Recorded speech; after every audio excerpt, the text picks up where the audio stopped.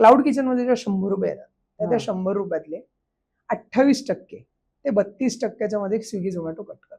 Okay. Most probably 31 ते 32%. त्याच्या मागचं सगळ्यात महत्वाचं रिझन असं आहे, आपण ते कॉन्ट्रॅक्ट व्यवस्थित वाचत नाही. त्या कॉन्ट्रॅक्टमध्ये तुमचा ऍक्सेप्टन्स रेट हा काय असला पाहिजे, रिजेक्शन रेट काय असला पाहिजे आणि तुमचं रिस्पॉन्स टाइम काय असला पाहिजे, या 3 गोष्टींवरती तुमचा सगळा खेळ आहे स्विगी झोमॅटो. ओके. म्हणजे ऑर्डर पडल्या पडल्या तुम्ही किती वेळात ऍक्सेप्ट करता, हम्म. ऑर्डर पडल्या पडल्या तुम्ही ती किती वेळात प्रिपेअर करता आणि ऑर्डर पडल्या पडल्या तुम्ही त्याचं केओटी प्रिंट करून प्रिपरेशन देऊन किती वेळात रिस्पॉन्ड करता. स्विगी झोमॅटोचं ऍक्च्युअल ॲग्रिगेटर फी ही 22%च आहे. अच्छा. तुमच्याकडे जीएसटी असेल तर तुम्हाला 5%चा तो इनपुट मिळतो. असं ते 27%.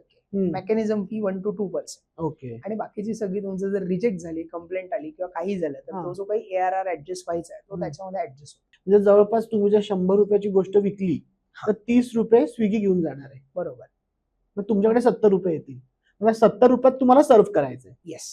आणि ओके. त्याच्यामध्ये तुम्हाला बाकी सगळं packaging, attractive packaging, food cost, त्यात मग तुमचे सगळे ओव्हरहेड आणि एक्सपेन्सेस आपण सगळं जरी मायनस केलं, for example 22 to 25% food cost जरी आपण त्याच्यात कन्सिडर केली आणि बाकीच्या सगळ्या गोष्टी प्लस मायनस केल्या, तर being a successful cloud kitchen within a 6 months तुम्ही आरामात 25% पर्यंत प्रॉफिट अचीव्ह करू शकता.